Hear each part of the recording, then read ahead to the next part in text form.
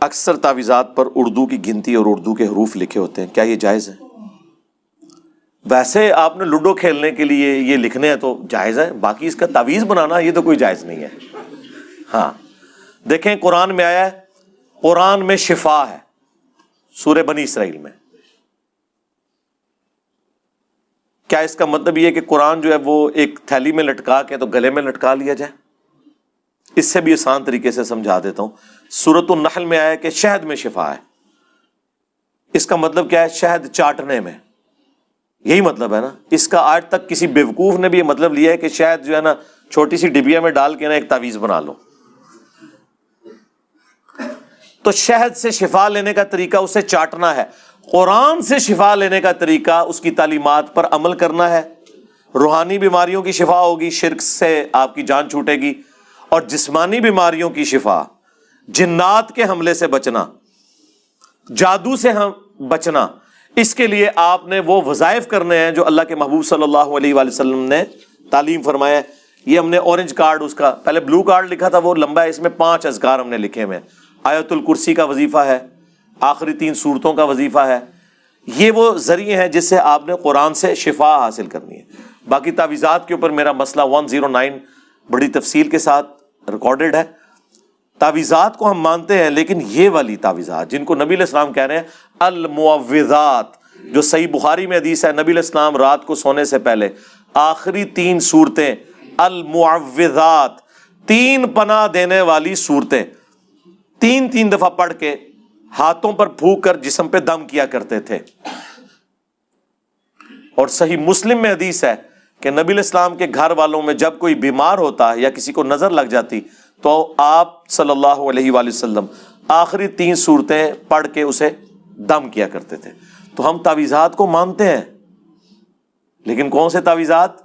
المعوذات، لٹکانے والے نہیں، یہ نمبروں والے۔ یہ نمبروں والے جو حروف ابجد ہیں، اس پہ میری الگ سے ویڈیو ہے۔ یہ ایک زبان ہے لکھنے کی، جیسے محمد کے حروف ابجد بنتے ہیں 92، بسم اللہ الرحمن الرحیم کے 786، مختلف اللہ کے 66، وہابی کے 24، ہاں کہتے ہیں 24 نمبر۔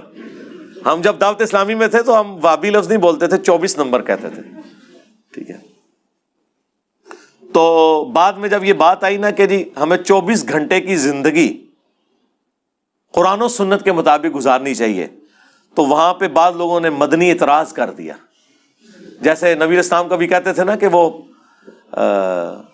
یہودی 10 محرم کا روزہ رکھتے ہیں، تو صحابہ نے کہا کہ یہ تو یہودیوں کی ایک قسم کی مماثلت ہو جائے گی، تو نبی نے فرمایا صلی اللہ علیہ وآلہ وسلم آپ 9 کا بھی ساتھ رکھ لو۔ تو یہ لوگ پتہ جب ادھر ہوا نا کہ 24، تو اگر آپ کہیں گے 24 گھنٹے کی زندگی قرآن و سنت کے مطابق گزاریں، یہ تو وابی زندگی ہو جائے گی، تو انہوں نے کہا آپ ڈبل 12 کہہ لیا کرو تاکہ 12ویں کی نسبت۔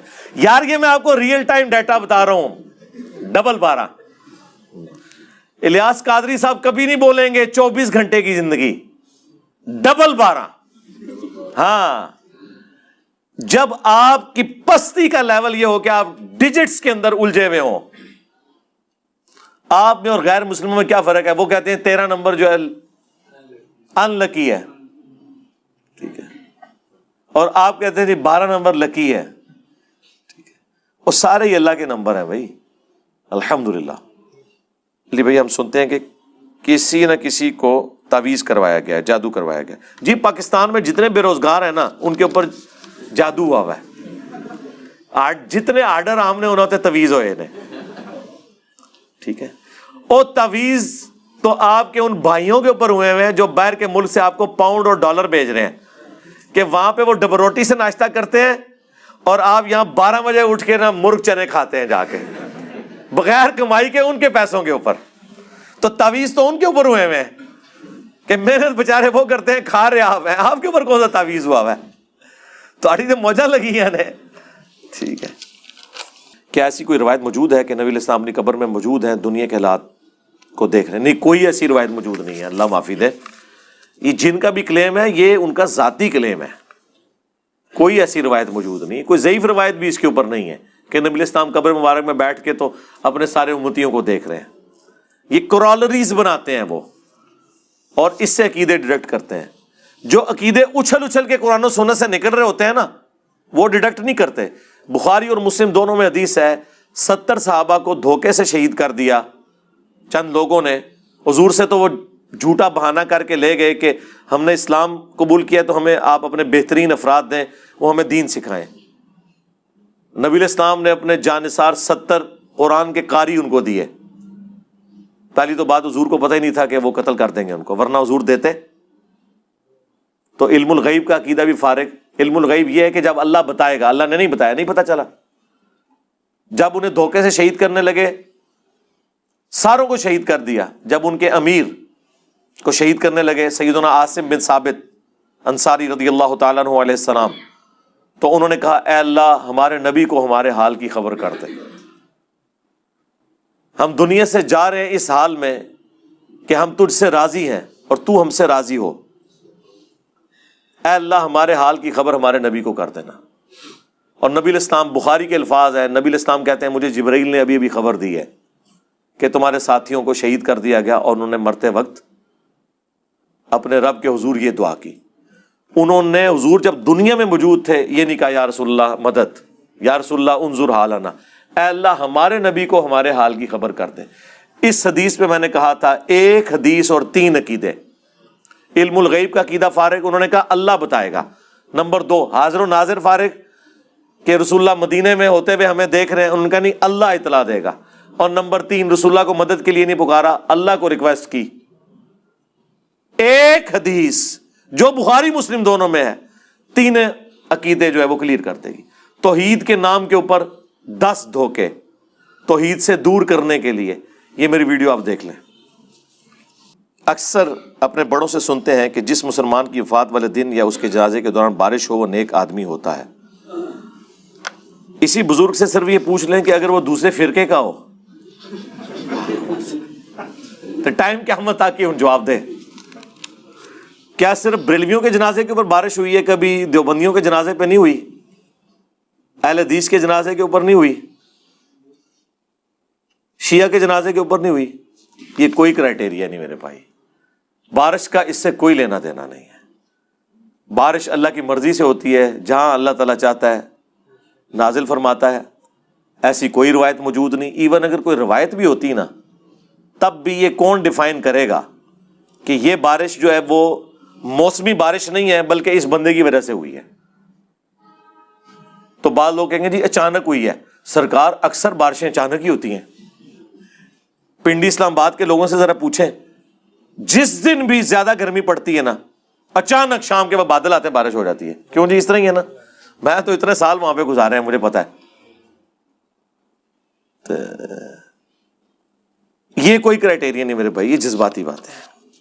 کلمہ کفر کے بارے میں مختصر سی وضاحت کر دیں جس کے بولنے سے مسلمان اسلام سے خارج ہوتا ہے. کلمات کفر وہ ہیں جن میں صراحتاً اللہ اور اس کے رسول کی توہین کسی نے کی ہو, نعوذ باللہ. ظاہر ہے یہ فیصلہ اہل علم کریں گے کہ توہین بنتی ہے نہیں, یا ضروریات دین میں سے کسی چیز کا انکار کرتا ہے. اللہ کا انکار, رسول اللہ کا انکار, قرآن کا انکار, ختم نبوت کا انکار, نماز کی فرضیت کا انکار, زکوٰۃ کے فرض ہونے کا انکار, حج کے فرض ہونے کا انکار, قرآن کی کسی ایک آیت کا انکار, اللہ کی کسی صفت کا انکار. جو بھی ضروریات دین کی چیزیں ہیں ان میں سے کسی کا کوئی انکار کرتے یا اس کی توہین کرتے تو اس کے اوپر پھر ہم یہ کہیں گے کہ یہ اس نے کلمات کفر بولے ہیں. اس پہ وہ تجدید ایمان بھی کرے گا اور تجدید نکاح بھی کرے گا. اس کے لیے کوئی پبلک کو بتانے کی ضرورت نہیں ہے, ورنہ سارے پہنچ جائیں گے اکرام مسلم کے لیے. بس 2 بندے بیٹھیں گواہ کے طور پر, میاں بیوی ایجاب و قبول کر لیں نئے حق مہر کے, بس دیٹس آل, تو وہ کافی ہوگا. تجدید ایمان تو ہم روزانہ کرتے ہیں. رات کو سونے سے پہلے بخاری مسلم میں حدیث ہے کہ جو شخص سورۃ البقرہ کی آخری 2 آیات پڑھ لے گا اسے ہر چیز سے کفایت کریں گی. اس میں تجدید ایمان ہی ہے نا. آمن الرسول بما انزل الیہ من ربہ والمؤمنون کل آمن باللہ وملائکتہ وکتبہ ورسلہ. سارے کے ساری ایمانیات اس میں آ رہی ہیں.